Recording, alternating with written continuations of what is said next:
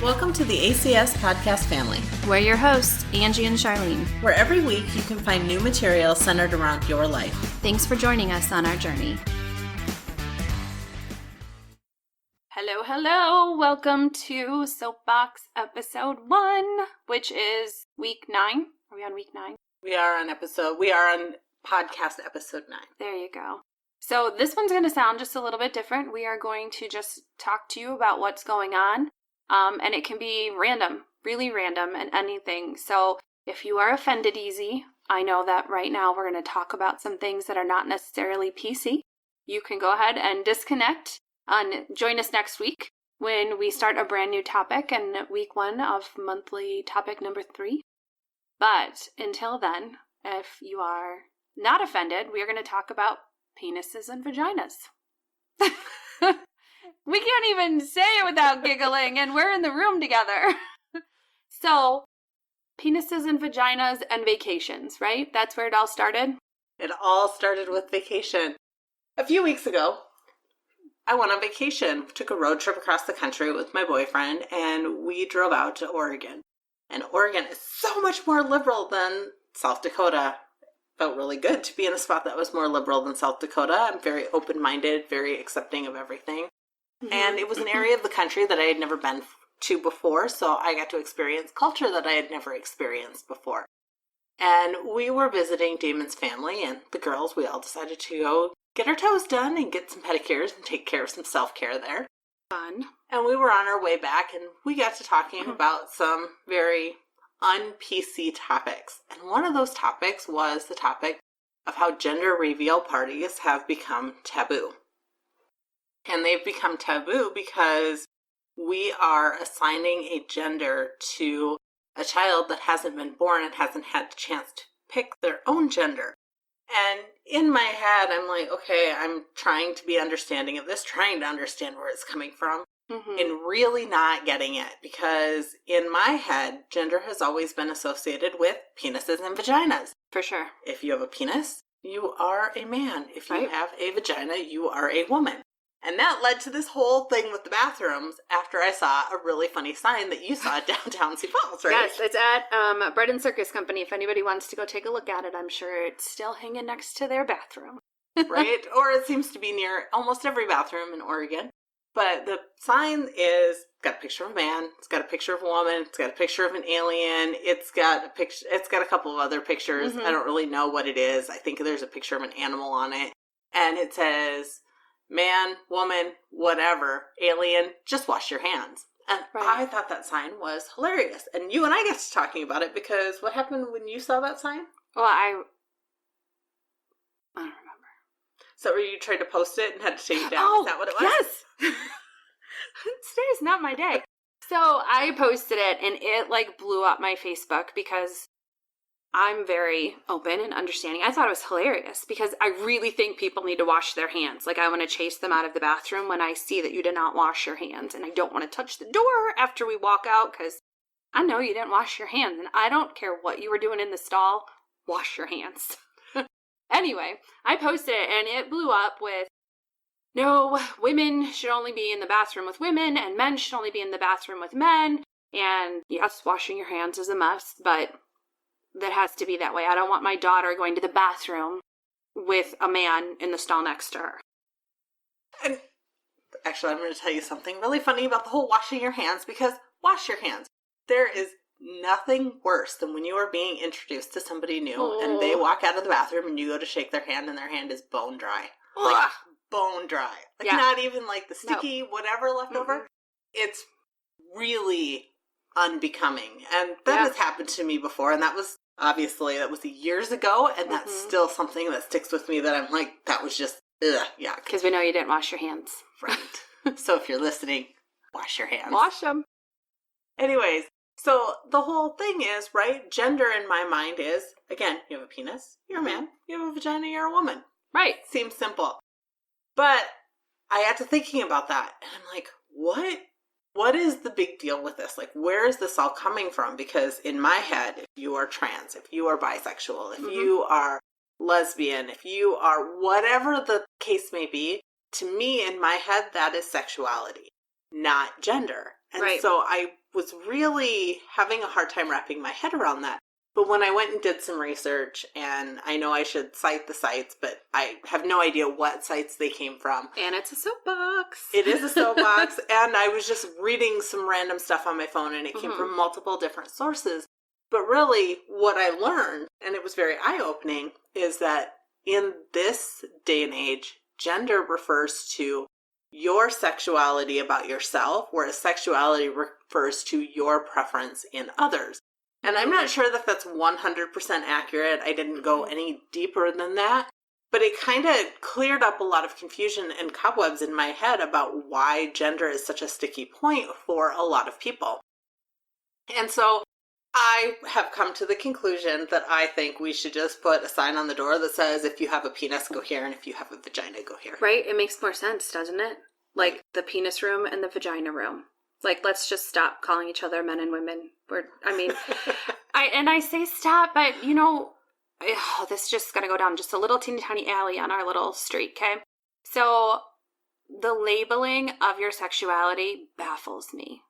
I don't really understand it. Okay, I was watching this Netflix show called Otherhood, and this gay guy did not come out to his mom, and he just assumed that his mom knew, which she did, but so he never, came out to her. And he said, I did air quotes in case you're wondering, and he said, well, straight people don't come out and go, I'm a woman and I like boys. They don't have to, have this conversation, and he just assumed that his mom knew. She was always open and loved him no matter what, so they never had the conversation, and I think that's it. Why do we have to have the conversation? I think that's it exactly. I agree with you. We shouldn't have to have the conversation. You love who you love, right? And that's it. But that still shouldn't be this big controversy about bathrooms. Right. The whole thing about bathrooms, if you have the same body parts, if you can violate a little girl with your body parts, you belong in one bathroom. Mm-hmm. And if you have those little girl body parts, you go in the other bathroom. Right. And again, female body parts. Right. The anatomy that makes you female. Exactly. If you can carry a baby. There you go. Could. Right? Could. Maybe. Right. If you have the anatomy in order to do it. Yes. Yep. So if you pee out of a penis, you go into the penis room. And if you pee out of a vagina, then you go to the vagina room. And that's really all that it should be. Right. End of story. That we need to stop having these discussions. That is really a hard line opinion in my world.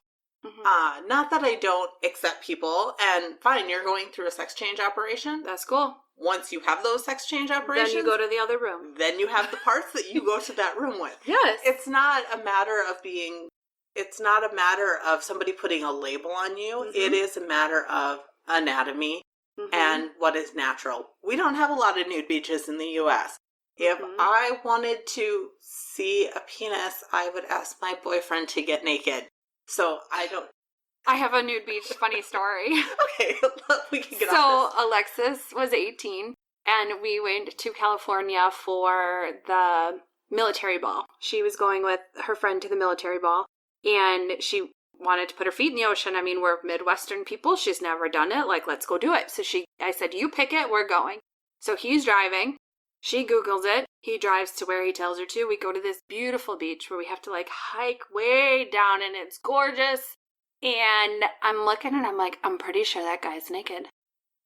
And then we get closer. I'm like, yep, that's a whole lot of boy parts hanging out right there.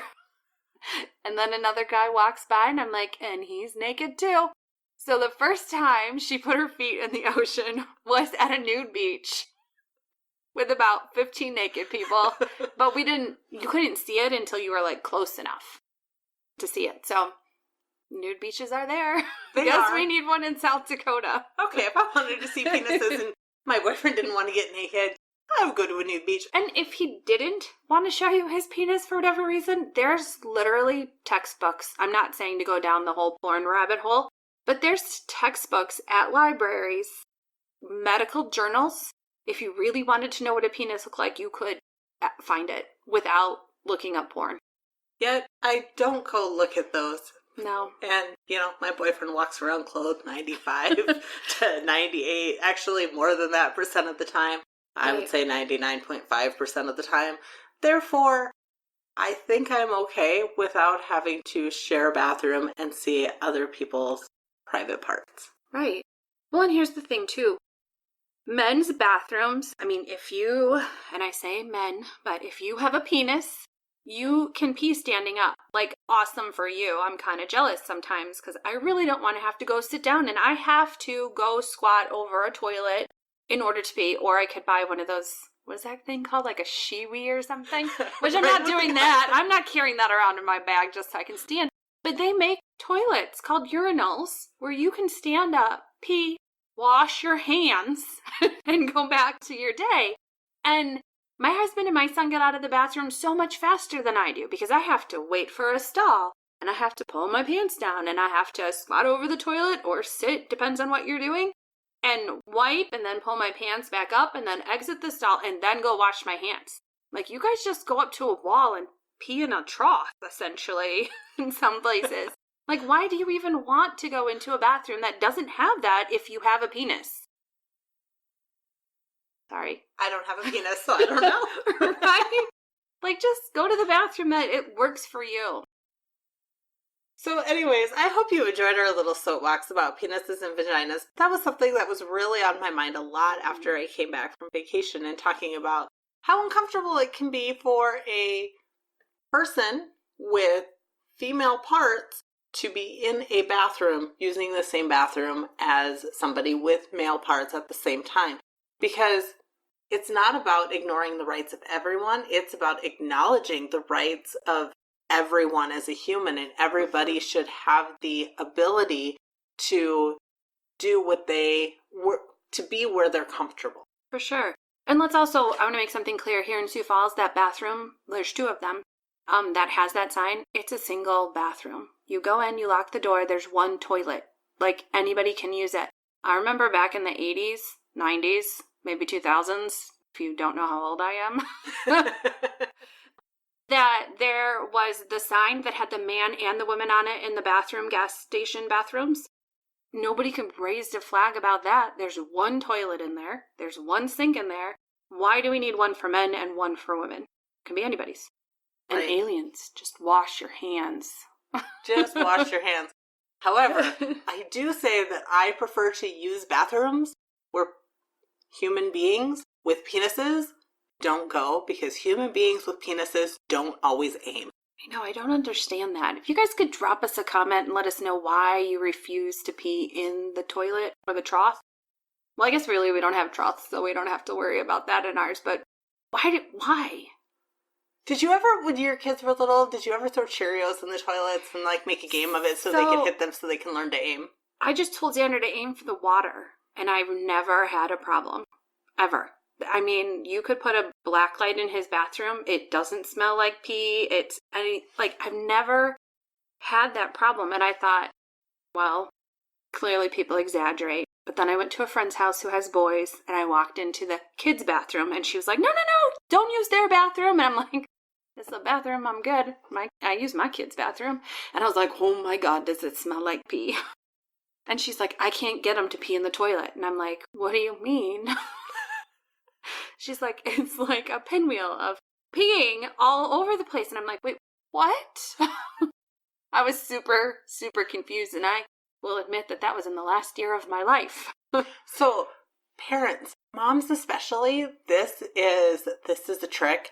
Throw Cheerios in the toilet and tell your little ones to aim for the Cheerios. I love it. It's target practice. They'll have fun with it. It makes peeing enjoyable, apparently, because it worked for my child at certain points in time.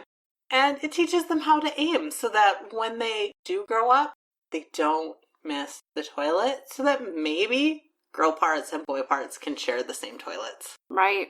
And then there could be a man or woman or an alien on the single stall door. Right. I would like to meet the aliens that use the restroom. Me too. All right. Well, we hope you enjoyed our soapbox. I think we could keep talking all day if we didn't stop and cut us off. Yes, but we probably have left your your head spinning and maybe with a little bit more than you need for the day. So we will stop today, but stay tuned for the next Soapbox episode. We will be doing a Soapbox episode in any months where there's 5 weeks, so you'll be able to get just a little bit of a teaser of some Soapbox stuff, but that way we stay pretty much on point with what we're talking about in our topics for the months, and we can be consistent for you guys, and you know how many weeks you'll get on each topic. Right, without going on to our rants, because I love our rants. Our rants are the best. They really are. Someday we'll learn to hit record when Charlene walks in the door so you can hear the 30 minutes before we get on the podcast of all of our conversations. Right? Or maybe not. She might think I'm crazy. Or maybe not. No, those are the best conversations. So someday we'll figure out how to make that happen for you. Right. But until then, hit subscribe, like and follow us on social media, and we will talk to you next week. Have a great week.